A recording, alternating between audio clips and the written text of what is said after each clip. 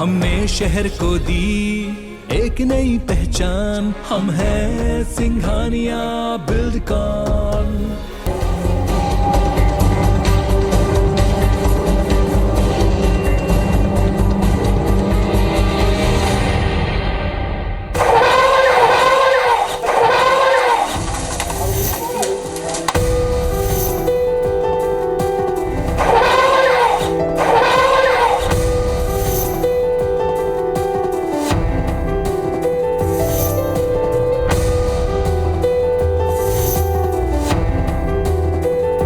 हम लोग परेशान हैं हाथी से।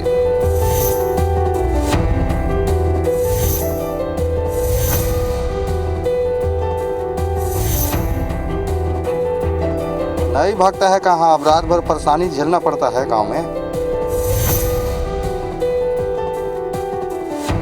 बचाव के लिए पर्याप्त साधन तो उपलब्ध नहीं है।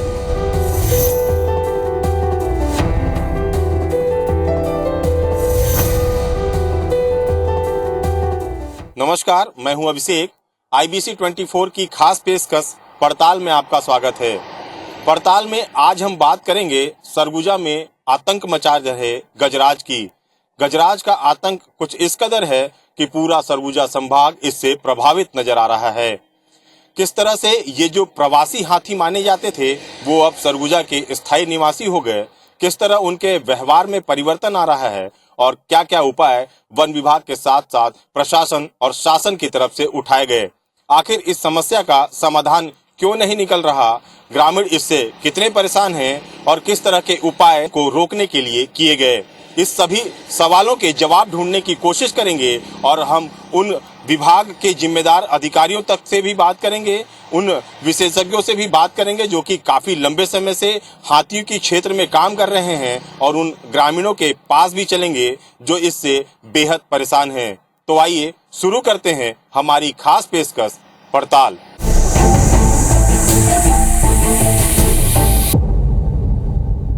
सरगुजा संभाग में हाथियों की समस्या को जानने के पहले इसके इतिहास को जानना बेहद जरूरी है कि कैसे कल तक प्रवासी माने जाने वाले गजराज अब सरगुजा के स्थानीय निवासी बन गए हैं। कल तक शांत रहने वाले हाथी अब आक्रामक हो चले हैं और इनके व्यवहार में भी लगातार परिवर्तन आ रहा है, जो एक बड़ी समस्या की ओर इशारा भी कर रहा है।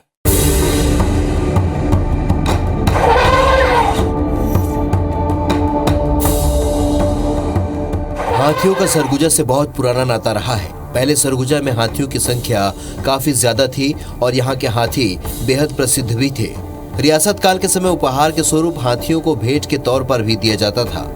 साल 1939 में नेताजी सुभाष चंद्र बोस की एक झांकी जबलपुर में निकाली गई थी, जिसमें उन्होंने सरगुजा के हाथियों की सवारी की थी। मगर 1940 से 1985 के बीच इस इलाके से हाथियों ने दूरी बना ली और फिर एक बार 1988 से अविभाजित बिहार से हाथियों का आना शुरू हुआ। 1990 में सिविल बहादुर नाम के हाथी को पकड़ा गया। वन विभाग के अधिकारियों की माने तो बिहार में सिकुड़ते जंगल के कारण हाथियों ने वहां से पलायन किया और सरगुजा के समृद्ध जंगल और यहाँ पर भोजन पानी की व्यवस्था हाथियों को भा गई और हाथी यहाँ के स्थायी निवासी बन गए। बिहार और झारखंड और उड़ीसा में वन क्षेत्रों का सिमटना और यहाँ पे सरगुजा में खेती-बाड़ी का विकास होना, लगातार विकास जब होते रहा सरगुजा का, तो खेती-बाड़ी वगैरह तो हाथियों को आना जाना चालू हो गया। और उसी क्रम में फिर हाथी धीरे धीरे इस संख्या में आते रहे और उनको यहाँ का रहवास जो है पसंद आने लगा, और उसके कारण यहीं पे उनकी जो है बर्थ भी देने लगे और फिर यहीं के एक तरह से वो उनको अच्छा लगने लगा तो रहने लगे। जगह बदली तो हाथियों के व्यवहार में भी अमूलचूल परिवर्तन आए। परिवर्तन ऐसा कि हाथी जंगलों से निकलकर लोगों के घरों तक पहुंचने लगे। उनके घर, खेत और जान तक को नुकसान पहुंचा रहे हैं। हाथी विशेषज्ञ की माने तो व्यवहार में परिवर्तन एकाएक नहीं बल्कि धीरे धीरे आ रहा है। देखिए, हाथियों के विषय में तो ये है कि हाथी जिन जिन क्षेत्रों में प्रवास करते हैं या अपना एक कॉरिडोर बनाते हैं, उन कॉरिडोर क्षेत्रों में किस तरह के लोग निवास कर रहे हैं, उसका उन पर गहरा असर होता है। मान लीजिए अभी कोई छोटा बच्चा है, 1 साल की उम्र का है या उससे कम उम्र का है, तो उस पे किस तरह के मानवीय हस्तक्षेप लगातार प्रयोग हो रहे हैं, उसका उस पर गहरा असर पड़ता है। और वो जब यंग होता है, 15 साल की उम्र का या 16 साल की उम्र तक पहुंचता है, तो वो उस पे प्रतिक्रिया व्यक्त करता है। सरगुजा के घने जंगलों में मौजूद अलग अलग प्रकार के वनस्पति हाथियों के लिए अनुकूल तो है ही, जंगल से लगे खेत भी हाथियों के लिए चारागाह बन रहे हैं। यही कारण है कि लगातार हाथियों की आमद इन इलाकों में बनी हुई है, जो एक बड़ी चिंता का विषय बनती जा रही है।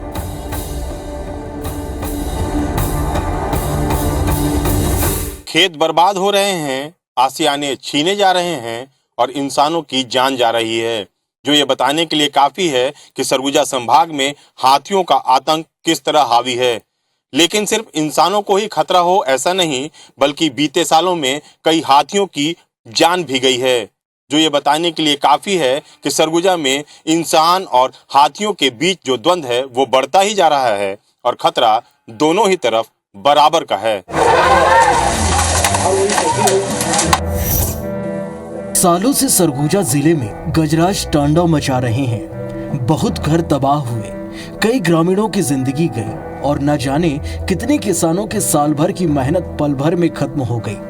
हर बार दर्द की आवाज को मुआवजा तो दिया गया, मगर मुआवजे से दर्द पर कितना मरहम लग पाया, ये एक बड़ा सवाल है। पिछले 5 सालों की बात की जाए तो सैकड़ों लोगों को करीब 50 करोड़ रुपए मुआवजा दिया गया है। हाथियों द्वारा हुई मौत पर परिजनों को 6 लाख रुपए तक दिए जाते हैं। ऐसा नहीं कि सिर्फ इंसानों को ही इससे नुकसान हो रहा, बल्कि हाथियों की जान भी लगातार जा रही है। बीते 3 सालों में ही 20 हाथियों की मौत हुई है, जो इस ओर इशारा करता है कि खतरा सिर्फ इंसानों को नहीं बल्कि गजराजों को भी है। पैसा कोई वो नहीं है कि उनको वो एक मदद है, लेकिन सबसे ज़्यादा उद्देश्य हमारा ये है कि इन घटनाओं को कम करना, कि इस प्रकार की स्थिति ही ना बने। तो देखिए, अभी जैसा ग्रामीणों को हम समझाते हैं कि आपकी जो फसल नुकसानी है, आप बिल्कुल उसके लिए घबराइए मत, हम आपको मुआवजा प्रकरण सब बना देंगे, आपको पूरा वो दे देंगे। सरगुजा में लगातार बढ़ती हाथियों की संख्या से इलाके में दहशत फैल गई है। वन विभाग अपनी तमाम कोशिशों के बाद भी हाथियों का उत्पात रोकने में नाकाम साबित हो रही है। सरगुजा संभाग के सेमरसोत, गुरु घासीदास अभयारण्य, तमोर पिंगला जैसे इलाकों के साथ वन मंडलों में हाथियों की संख्या बढ़ती जा रही है। ये स्थिति जो है, चूंकि रकबा बढ़ रहा है और हाथियों के व्यवहार में परिवर्तन हो रहा है, उनका विचरण क्षेत्र का भी विस्तार हो रहा है, और हाथी से बुद्धिमान जानवर कोई नहीं है, क्योंकि वो लगातार नए नए आपके रास्ते खोजता है। वो नए नए एरियाज को देखता है कि और इसके बेहतर हैबिटेट कहाँ मिलेगा। इस प्रयास में वो जो है यहाँ वहाँ विचरण करने लगता है। हाथी और इंसानों के बीच लगातार बढ़ता द्वंद्व एक बड़ी समस्या है। जिम्मेदार इस विकराल समस्या के निदान को लेकर गंभीर नजर नहीं आते। एक बड़ा सवाल यह भी है कि इंसान हाथियों के इलाके में अतिक्रमण कर रहा है या फिर हाथी इंसान के इलाके में घुसपैठ, क्योंकि जहां पर पहले जंगल हुआ करते थे वहां खेत और गांव बस गए हैं। जंगलों का इलाका लगातार सिकुड़ता जा रहा है और यही कारण है कि हाथी भोजन की तलाश में गांव की ओर रुख कर रहे हैं और लगातार नुकसान का आंकड़ा भी बढ़ता जा रहा है।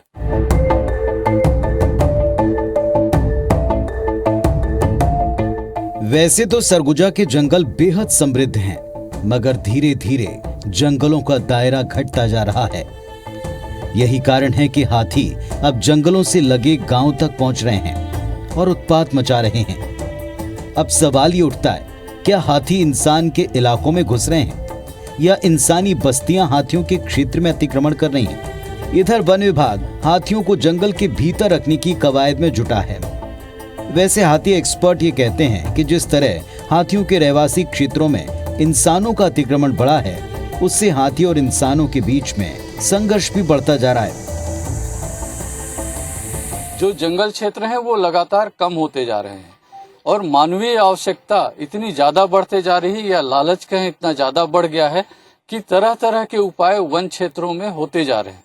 तो वन क्षेत्रों का सिमटना एक बहुत घातक परिणाम लाने की ओर सूचित करता है, और ये सतर्क भी करता है कि आखिर इस तरह का संघर्ष कब तक चलता रहेगा।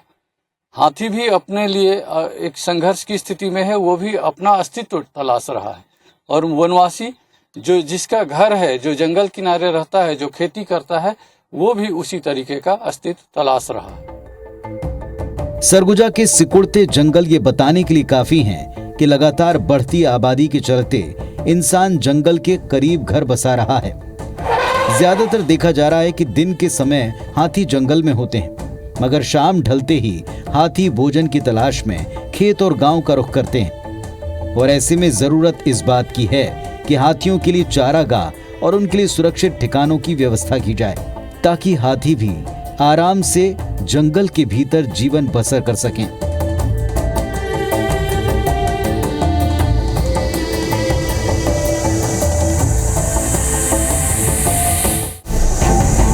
हाथियों की समस्या अब सरगुजा संभाग के किसी एक इलाके की समस्या नहीं, बल्कि संभाग के सभी वनमंडल क्षेत्र के सैकड़ों गांव इससे प्रभावित हैं।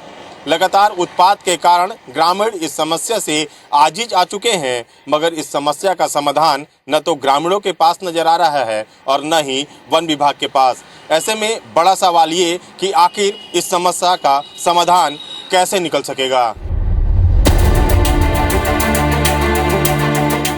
सरगुजा संभाग के किसी एक इलाके में ही हाथियों की समस्या हो ऐसा नहीं, बल्कि पूरे संभाग के सैकड़ों गांव हाथियों के उत्पात से थर्राए हुए हैं। आलम यह है कि हाथियों के कारण लोग अपनी खेती नहीं कर पा रहे, तो वहीं घरों पर सुरक्षित रहना भी इनके लिए मयस्सर नहीं हो पा रहा। गंभीर बात यह है कि अक्सर लोगों की जान भी हाथियों के हमले के कारण जा रही है, मगर इन सब के बाद भी इस पर कोई ठोस पहल नहीं की गई है। वन विभाग का अमला तमाम कोशिशों के बाद भी हाथियों के उत्पात को रोक नहीं पा रहा।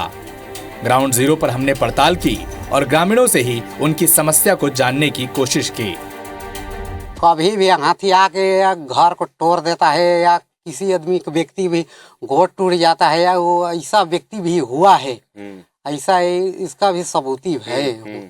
कहे कि झींगापारा में भी कहीं भी कितना भी घर तोड़ा है, वहाँ ऐसा बात नहीं है। वन विभाग वाले आते हैं थोड़ा मोड़ा, हाँ भाई ऐसा कर देते हैं। हाँ, लोग खेती करते हैं तो उसका उचित मुआवजा नहीं मिल पाता है, घर तोड़ देते हैं तो उसका उचित मुआवजा नहीं मिल पाता है। और लोग मतलब जब हाथी आता है रात के समय घर तोड़ते हैं तो लोग अलाव जला के गांव के अंदर ताकि प्रवेश ना करें, झुंड के झुंड है ना। बच्चे स्कूल जाते हैं तो 4 बजे छुट्टी होता है, तो ये डर लगता है कि बच्चों की स्कूल भेजें या ना भेजें, है ना। शासन से मांग करते हैं कि हाथी आतंक से उसका उचित निराकरण करे शासन। साधन है पर्याप्त, भाग जाता है हाथी? नहीं भागता है कहाँ, अब रात भर परेशानी झेलना पड़ता है गांव में। जैसे कहीं सिंघरा हो गया, भारदा हो गया, बागड़ा, तो अपने हिसाब से गन्ना में चाहे कहीं घुस गया तो उसको निकालते हैं, भोर तक निकल जाता है। फिर वही घर साइड गए तो घर तोड़ देगा, किसी का और कुछ भी कर सकता है, ये टाइप से। फेंसिंग लगाने का कितना अच्छा उपाय है, क्या हो सकता है? फेंसिंग में देखिए सर, फेंसिंग का कोई महत्व ज्यादा नहीं रहता है। पहले था, लेकिन अब तो बैरिकेडिंग का मिशन साहब से करवाए थे, उससे अब कोई अधिकारी ध्यान नहीं दे रहा है। हाथियों के उत्पात से सबसे ज्यादा परेशान है किसान, क्योंकि हाथी लगातार चारे के रूप में किसानों की फसलों का उपयोग कर रहे हैं। हालांकि वन विभाग किसानों को मुआवजा देता है, मगर मुआवजा ऊंट के मुंह में जीरा साबित हो रहा है। यहाँ जितने हम लोग किसान हैं, ये हाथी से जो है परेशान है। वो परेशानी ये है सर कि खेती करते हैं, मान लीजिए वो खेती भी सारी मात्रा में क्षति हो जाता है। और यहाँ लोग जितने हैं, यहाँ एरिया जैसे 8-10 गांव यहाँ प्रभावित हैं, और ये 8-10 गांव प्रभावित हैं, उसमें जब हाथी जब शाम को जब यहाँ विचरण करते हैं तो ऐसा लगता है कि किस साइड में किधर अपना जान बचाएं। हम लोग तो खेती कर रहे हैं सर, करने के लिए खाए दुरिया में लगा रहे हैं और जुताई कोड़ाई कर रहे हैं, और करने के लिए भी हमें बावजूद सरकार जो हमारा मेहनत होता है उतना भी नहीं मिल रहा है। अगर व्यक्ति किसी माध्यम से अगर खा लेते हैं धान वगैरह, गन्ना वगैरह, तो मुआवजा वगैरह भी बहुत कम मिलता है और उसमें रकबा वगैरह भी कम रहता है। मान लीजिए आपका रेल पुस्तक में तो उसमें भी रकबा के अनुसार मिलता है, जिससे व्यक्ति को पूरी तरह से नहीं मिल पाता है जो पैसा मिलना चाहिए। तो मैं निवेदन यही करूँगा कि उचित मात्रा में राशि दिया जाए। मुआवजा दर्द पर मरहम लगाने का एक उपाय हो सकता है, मगर लगातार बढ़ रहे हाथी की समस्या के कारण अब ये घाव बड़े नासूर का रूप ले रहे हैं। वहीं वन विभाग की पहल से भी किसी को कोई राहत नहीं मिल रही। जरूरत है एक ठोस प्रयास करने की, जिससे ग्रामीणों को एक बड़ी समस्या से निजात मिल सके।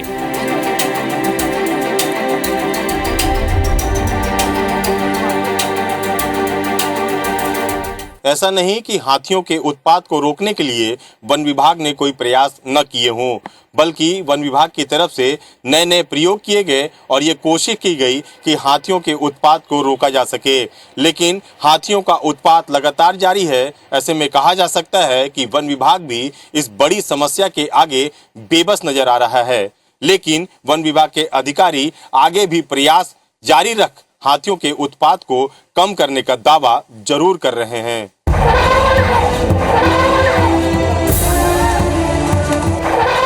हाथियों के उत्पात को कम करने वन विभाग कई प्रयास कर रहा है। हाथियों में कॉलर आईडी लगाए गए हैं, जिससे हाथियों का लोकेशन वन विभाग को मिलता रहे। हाथियों के मूवमेंट पर नजर रखने वाले हाथी मित्र दल गांव में गठित कर दिए गए हैं। इसके अलावा सोलर फेंसिंग के जरिए हाथियों को खेत में जाने से रोकने का प्रयास भी किया जा रहा है। साथ ही सरगुजा संभाग में कुमकी हाथी मंगाए गए हैं, जो कि प्रशिक्षित हाथी हैं। इनके जरिए भी हाथियों के उत्पात को कम करने की कोशिश की जा रही है। सरगुजा संभाग के अलग अलग वन मंडलों के द्वारा एलिफेंट ट्रैकिंग की टीम भी बनाई गई है, जिनमें तमिलनाडु और दूसरे प्रदेश के प्रशिक्षित दलों द्वारा प्रशिक्षण भी दिया जा रहा है, जिससे हाथियों पर नियंत्रण रखा जा सके। मगर तमाम कोशिशों के बाद भी वन विभाग के प्रयास नाकाफी नजर आ रहे हैं। हाथी मित्र दल के माध्यम से गांव वालों को सबको जो है सूचना दी जाती है।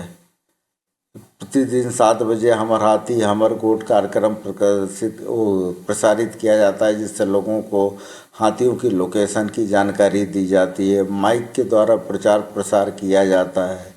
गजराज वाहन है हम लोगों के पास। गजराज वाहन से हम लोग उनको आंगनबाड़ी में, पंचायत भवन में, जहाँ हाथी का हमको जाता है कि हाथी अभी रात भर यहाँ रहने वाले हैं और इस गांव में खतरा हो सकता है, तो हम सबको ले जाके वहाँ शिफ्ट कर देते हैं, सब व्यवस्था करते हैं और जनहानि को कई बार हम लोगों ने बचाया भी है।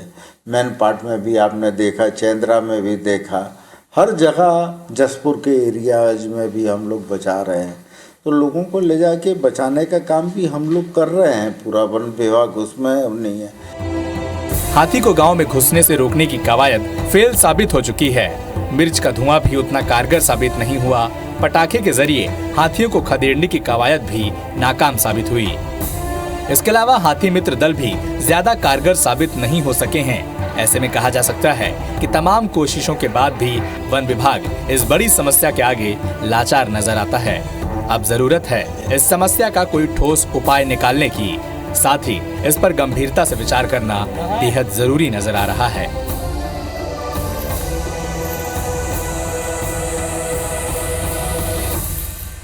बहरहाल हमारी इस रिपोर्ट के जरिए हमने ये बताने की कोशिश की कि किस तरह से सरगुजा संभाग में लगातार जो इंसान और गजराज का जो द्वंद्व है वो बढ़ता ही जा रहा है। इंसान अपने घर को छोड़ने को मजबूर हैं, तो वहीं हाथी अपने आशियाने की तलाश कर रहे हैं।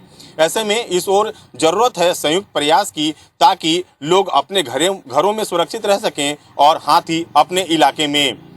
हमारी इस खास पेशकश में फिलहाल इतना ही। हमें दीजिए इजाजत।